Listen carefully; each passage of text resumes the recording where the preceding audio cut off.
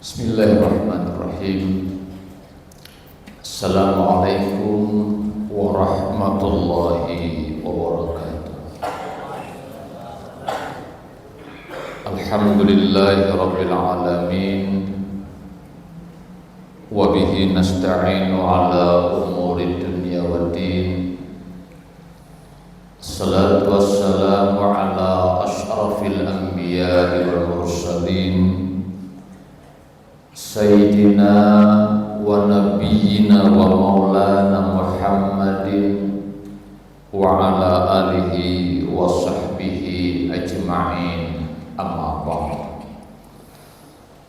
Qala Allah Ta'ala fi kitabihil karim, a'udzu billahi minasy syaithanir rajim. Bismillahirrahmanirrahim.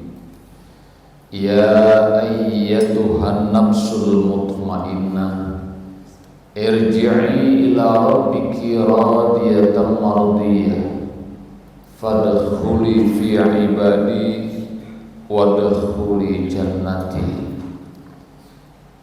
Wa qala an-nabiy sallallahu alaihi wasallam, man ahya sunnati faqad ahabbani wa man ahabbani kana ma'i fil jannah. Sadaqallahul azim wa sadaqa rasuluhul karim. Ibu-ibu dan bapak-bapak, hadirin wa hadirat jamaah salat subuh Masjid Ar-Rahman rahimakumullah.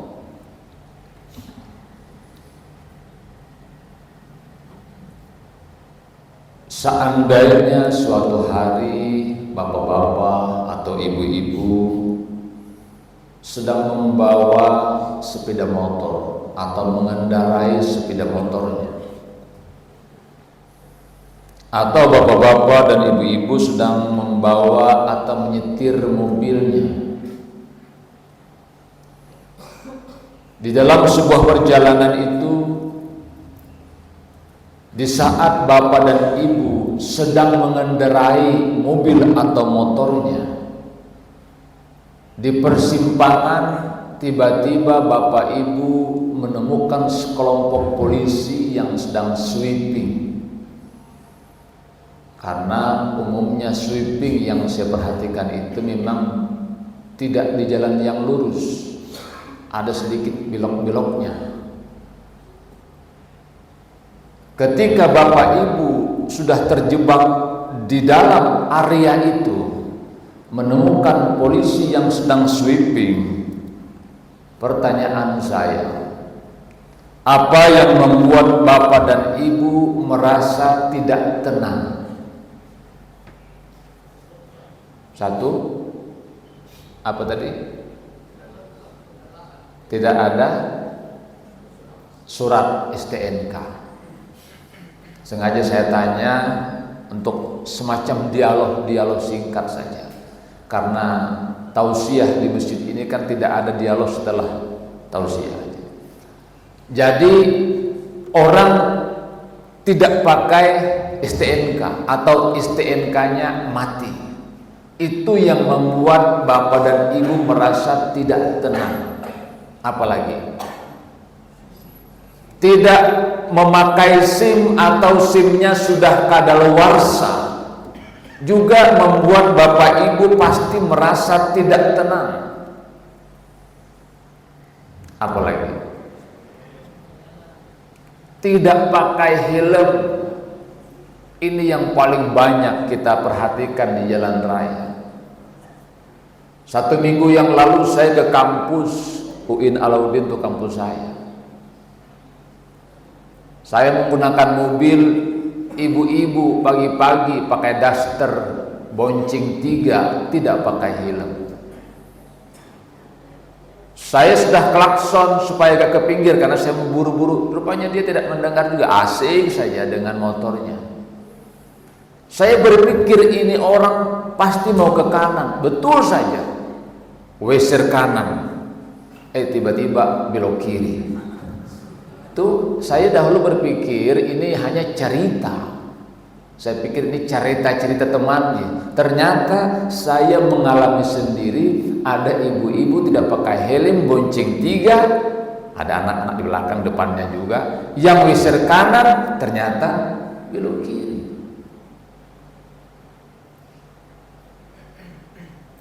Yang membuat orang tidak tenang juga adalah ketika motor atau mobil yang dibawanya adalah curian. Pasti tidak tenang.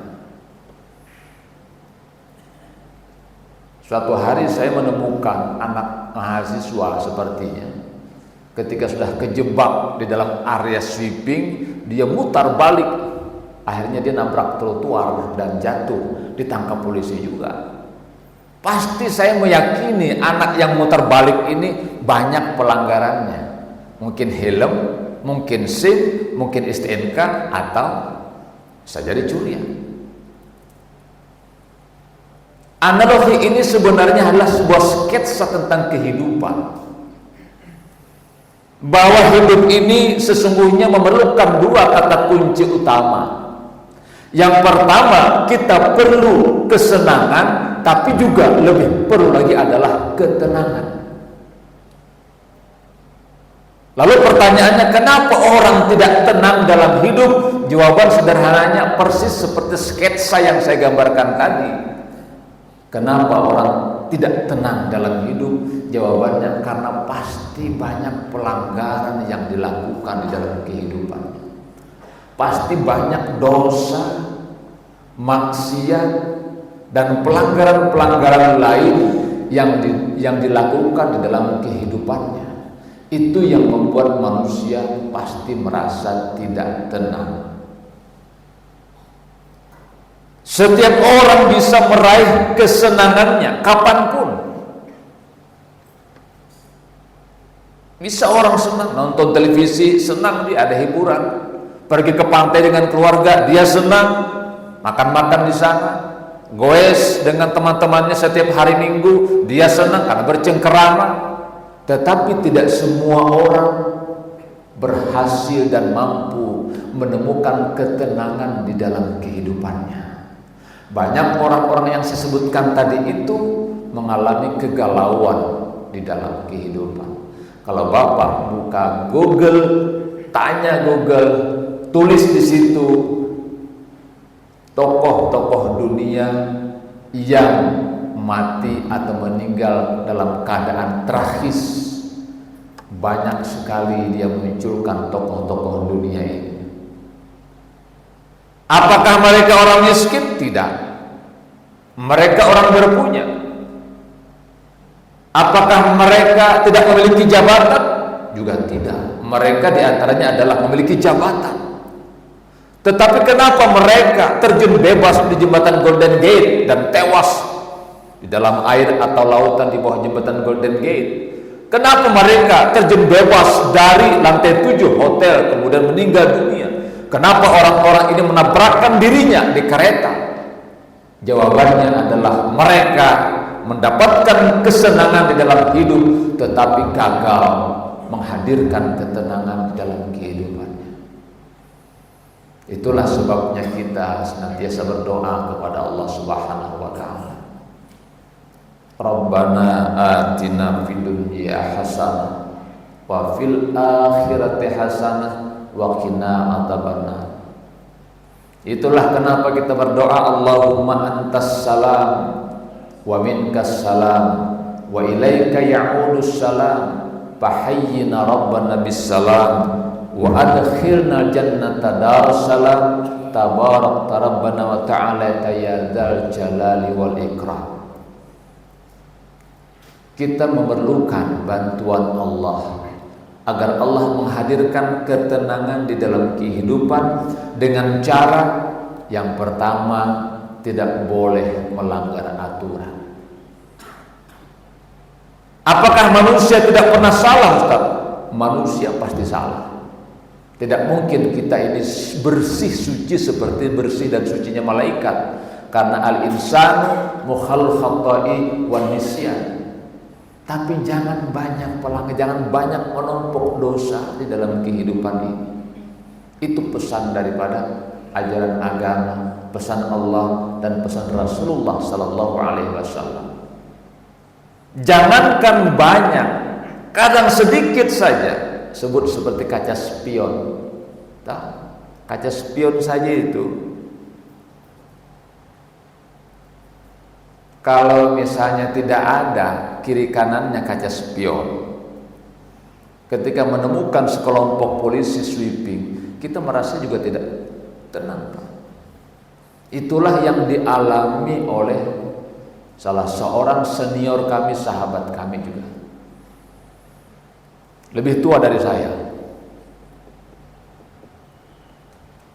Gelarnya sudah 6, profesor, doktor, insinyur, MS, MA, PhD.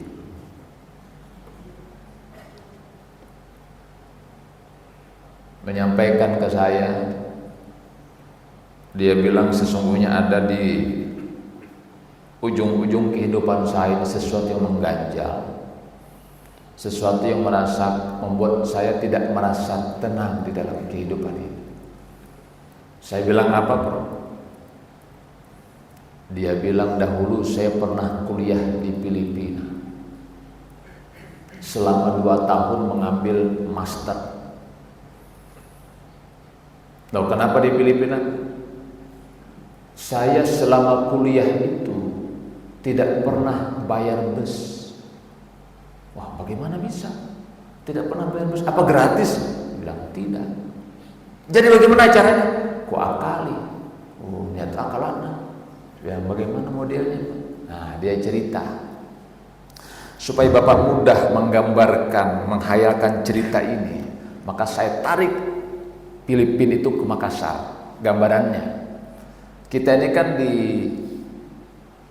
Boulevard ya, di sekitar ini kan. Kita keluar saja, semua keluar. Ada jalan Api Peterani. Bisa bayangkan tuh. Jalan Api Peterani itu ada perempatan di flyover paling ujung. Perempatan itu kalau lurus pasti ke pelabuhan. Kalau ke kanan kemana? Ke Unhas. Kalau ke kiri kemana? Ke sentra atau ke Al-Markas. Itulah gambarannya. Beliau itu kosnya, rumahnya, tinggalnya di perempatan itu, dekat perempatan itu, di situ rumahnya. Nah, kalau dia kuliah, sebutlah katakan di Unhas itu. Ini gambarannya kan di Filipina, tapi saya tarik ke sini. Dia kampusnya seperti di situ, di Unhas. Kalau pulang dari kuliah, dia masuk bus, terserah aja busnya. Kan banyak bus Warawiri itu, transportasi. Dia masuk bus. Dan di Filipina, kalau orang salah masuk, tidak bayar. Asal salah masuk, tidak membayar. Maka ketika dia masuk, dia pulang. Sesampai di perempatan itu, kemudian dia bertanya kepada supir, Pak supir, bus ini tujuannya kemana? Kata supir, bus ini tujuannya ke pelabuhan. Oh, dia bilang, saya salah Pak, saya mau ke ONM. Kata sopir, kalau begitu Bapak turun di sini, cari bus yang lain. Memang di situ rumahnya, di perempatan itu rumahnya. Nah, turun di situ. Besok kuliah lagi, pulang sore, naik bus, terserah aja model busnya, mau kode apa, kode A, kode B, kode C, terserah. Dia masuk bus lagi, di perempatan dia tanya lagi, Pak, ini bus sebenarnya mau kemana? Kata sopir, ini bus ini mau ke ENM. Dia bilang, mohon maaf Pak, saya mau ke pelabuhan.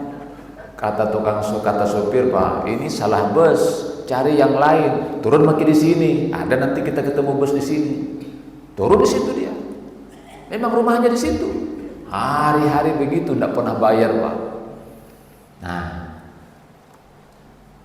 kasus ini kemudian membuat dia di masa-masa tuanya merasa ada ganjalan di dalam kehidupan yang membuat dia tidak tenang. Bagaimana detik-detik, sebutlah menjelang umur-umur tua seperti ini, menghadapi kematian yang ada pengadilan yang maha adil. Kalau kita tidak salat, mungkin kita minta ampun kepada Allah. Tapi kalau kita berhutang sama orang lain atau menipu orang lain, hubungannya dengan manusia tidak pernah bayar bes. Dia bilang, bagaimana caranya Ustaz? Saya bilang, saya tidak tahu tuhnya bagaimana caranya. Coba aja, artinya istighfar saja, memperbanyak istighfar. Ya mungkin menyentuh anak yatim diantaranya, gaji bapak itu sebagian. Mudah-mudahan Allah mengampuni asar bukum ayyukafiran sayyiatikum wa yadkhulakum jannatin tajri min tahtiha al-anhar. Itu pelanggaran, ya, pelanggaran yang membuat orang tidak merasa tenang, meskipun itu hanya sebutlah kecil lah dibanding katakanlah korup besar apa segalanya. Ini yang kecil saja. Kenapa dia merasa tidak tenang? Karena memang kekuatan imaniyah dia senantiasa mengingatkan tentang masalah itu. Dahulu pernah kau menipu orang karena apa namanya, orang Makassar bilang apa namanya, kalasi ya. Kalasi ya, mungkin menghemat ya, mungkin menghemat dan seterusnya. Dan itu Bapak Ibu, karena saya juga akan di kampus kuliah, jadi saya tahu sebagian, mohon maaf tidak semua, sebagian teman-teman yang kuliah di luar negeri, dia dapat besar dananya. Kemudian dia tidak tuntas di situ, dia pulang. Sisa uang yang ada itu dia bawa kuliah di Indonesia, dia menyelesaikan PhD atau S3-nya di Indonesia, bukan di luar negeri. Itu luar negeri hanya untuk mendapatkan dana besarnya, gitu. Nah, hal-hal semacam ini yang saya katakan kadang membuat orang merasa tidak tenang itu satu. Yang kedua, kalau kita ingin merasa tenang di dalam hidup, perbanyaklah bersyukur kepada Allah. Itu pasti. La in syakartum la azidannakum wa la in kafartum inna adzabi lasyadid. Perbanyaklah bersyukur atas nikmat yang telah Allah berikan. Kalau saya tanya ibu dan bapak, sekadar bertanya, kita selama ini sudah makan, minum, yang membuat makanan itu enak, satu, apanya? Yang membuat kita makan itu nyaman, apa kira-kira? Menunya enak, satu. Yang kedua apa lagi? Apa Pak? Yang halal boleh. Menunya enak, yang kedua halal. Meskipun menunya enak, kita tahu ini ular ternyata kan tidak enak. Yang ketiga, suasana kebatinan kita. Nih, meskipun menunya enak, halal, Anda baru putus cinta, berat itu makan. Atau baru dimarahi istri, susah makan tuh Pak. Ya. Nah, saya menambahkan yang keempat. Kenapa saya tambahkan ini? Karena saya mengalami secara pribadi. Dahulu saya menganggap makan itu enak, satu, itu tadi menu makanannya bagus, halal, dan suasana kebatinannya bagus. Saya harus menambahkan pada kriteria yang keempat. Apa itu? Saya cerita dulu. Saya suatu hari khutbah di sebuah masjid Baruga, Antang, Bukit Baruga. Setelah pulang, saya diajak oleh salah seorang jamaah untuk makan siang. Menunya enak, pastilah halal, dan di atas meja dihidangkan aneka macam makanan, dan salah satu yang paling favorit saya adalah namanya ikan jabiri, kata orang Makassar. Ikan apa? Mujair. Kayak begini besarnya Pak, tidak besar sekali, kayak kecil begini aja. Itu makanan saya waktu saya di kampung. Lama tidak ketemu makan itu. Namanya orang Makassar bilang ikan jabiri mujair. Bakar, ikannya dibakar. Saya tidak melirik satu yang dihidangkan, baronang yang dihidangkan. Yang saya ambil itu hanya mujair itu saja, jabiri. Saya makan dengan lahapnya karena saya lama tidak ketemu ikan ini. Di pertengahan saya makan, akhirnya saya harus berhenti. Kenapa? Orang Makassar kalung, ada tulang yang menusuk di sini, tulang sakit sekali Pak. Dia tusuk. Kata tuan rumah, kenapa berhenti Ustaz? Saya bilang, ada tulang menusuk kalung. Jadi orang itu di rumah itu tuan rumah merasa tidak nyaman kan? Dia perasaan tidak nyaman karena tamunya ada masalah. Saya, enggak apa-apa Pak, saya biasa begini. Jadi setelah itu saya berhenti makan. Lalu saya ingat pesan-pesan orang tua.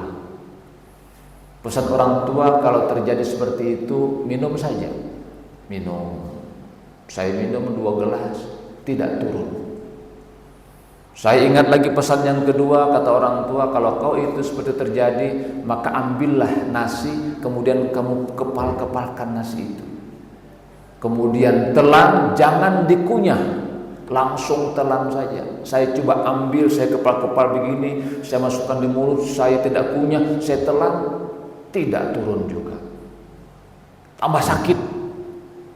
Saya akhirnya menyampaikan kepada tuan rumah, Pak, saya permisi, saya pulang karena saya mungkin harus cek ke dokter. Maka saya pulang. Kira-kira setengah kilometer saya keluar dari rumah, saya berhenti menepi dari mobil. Untuk apa menepi? Untuk membuka Google, bertanya bagaimana cara menurunkan tulang. Saya tulis di situ, bagaimana cara menurunkan tulang. Saya klik, muncul ada 7 cara menurunkan tulang. Ada 7 caranya. 1, minum, sudah nggak berhasil. Yang kedua, makan nasi, dikepal-kepal nasinya, jangan dikunyah, sudah saya lakukan, gagal. Yang ketiga tertulis beli pisang Ambon. Akhirnya saya beli pisang Ambon, saya makan 2 pisang Ambon, jangan juga dikunyah, ternyata tetap tidak turun. Apalagi bunyinya, beli roti yang panjang, yang keras. Saya singgah di Alfamart beli roti. Saya beli roti, saya tidak kunyah rotinya, saya makan, kutelan, tetap tidak turun. Apa lanjutannya? Beli roti tapi campur air. Saya beli roti, sari roti itu saya kepal-kepal, kasih air, masukkan di mulut, telan, tetap tidak turun. Saya batuk berdarah. Nah, ini masalahnya, batuk berdarah. Mungkin sudah tajam sekali masuk di dalam. Lalu kemudian saya membaca bahwa di antara herbal yang bisa menurunkan tulang itu adalah kangkung airnya. Wah, segera saya pulang. Sebelum sampai di rumah cari kangkung dulu. Di pinggir jalan kan banyak sayur-mayur orang jual. Saya beli kangkung. Disuruh direbus, kemudian sisakan setengah gelas. Saya rebus kangkung, kemudian saya sisakan setengah gelas, kemudian saya minum, dan alhamdulillah beberapa menit kemudian tetap tidak turun. Sampai sore saya harus ke dokter juga. Di dokter diperiksa, dimasukkan alat kayak sendok, dicari, dia bilang tidak bisa diambil ini Pak, jauh menancap di dalam. Bapak harus ke dokter yang punya alat khusus untuk mengambil ini. Saya nggak bisa makan apa-apa lagi. Minum saja susah ibu-ibu. Minum saja susah karena setiap minum itu menusuk. Kalau kita ada asin-asinnya, wah itu darah rupanya. Teman saya bilang, kan saya tanya-tanya gimana cara menyembuhkan. Teman saya bilang gini, Pak Ustadz, besok ketemu saya, kita main tenis meja di kampus. Saya bilang, ada apa hubungannya tenis meja? Dia bilang begini, nanti main tenis meja kita smash maki itu bola, masuk atau keluar teriak saja. Kalau masuk teriak, keluar teriak. Untuk apa? Supaya katanya itu bisa keluar tulangnya dengan berteriak dan bergoyang-goyang. Kan olahraga goyang-goyang. Besok pagi Sabtu saya pergi ke kampus, olahraga, pukul bola, keluar masuk, saya teriak, ternyata tambah berdarah. Bukan sembuh. Saya bilang ini teman kayak balik-balik sembarang atau mencari kasih obat saya akhirnya memutuskan untuk operasi di Jauri hari Senin operasinya. Hari Minggu saya masih bertahan karena saya tidak mau pergi ke rumah sakit. Saya hari Senin baru kemudian ketemu saya untuk memasukkan alat ke dalam untuk mengambil tulang yang sudah masuk, menancap di dalam itu. Saya membayangkan seandainya kita tidak sehat tenggorokan ini, Pak, pasti kita nggak bisa makan. Meskipun menunya enak, batin kita bagus, makanannya halal, tapi tenggorokan bermasalah. Maka bersyukurlah atas nikmat yang telah Allah anugerahkan kepada kita berupa tenggorokan yang sehat ini. Kita kan jarang memikirkan itu. Maka Allah berulang-ulang menyampaikan dalam Al-Quran, fabi ayyi ala'i rabbikuma tukadziban, nikmat apa wahai manusia yang kau dustakan. Enak masuk, semua masuk sini. Bayangkan air saja yang masuk, yang tidak ada benda kerasnya, membuat sakit tenggorokan karena kita masuk tulang itu. Pesan kedua saya apa? Kalau Bapak makan, tolong hati-hati, itu saja pesannya. Karena ada orang makan seperti saya nggak hati-hati, tidak kulihat-lihat ada tulang di situ. Jadi kalau kita menemukan makanan yang baru, kita temukan yang kita anggap bagus, yang anggap misalnya sesuai dengan kita, tetap harus berhati-hati makan tulang, makan dagingnya. Ibu dan bapak yang saya muliakan, demikian apa yang ingin saya sampaikan di kesempatan pagi atau subuh ini. Terima kasih atas segenap perhatian, dan terima kasih saya juga pada salah seorang anak di sini tadi. Saya tahu siapa namanya. Saya tadi sebelum masuk di sini, masuk ke kamar mandi, kemudian saya lepaskan handphone saya di kamar mandi saya. Kemudian setelah itu saya keluar, saya wudhu apa? Saya lupa kalau handphone saya di situ. Ada seorang anak di sini yang mengantarkan handphone saya. Terima kasih banyak atas kejujurannya, atas ketulusannya mengembalikan handphone yang saya tertinggal di kamar mandi itu. Mudah-mudahan Anda menjadi anak yang berguna, mengabdi untuk bangsa, dan suatu saat saya doakan mudah-mudahan Anda tadi menjadi seorang pemimpin, entah di negara kita, entah di lokal kita, yang kelak membawa perubahan dan Islam menjadi prinsip dasar di dalam pemimpinannya. Terima kasih atas perhatian. Maaf atas kekurangan. Assalamualaikum warahmatullahi wabarakatuh.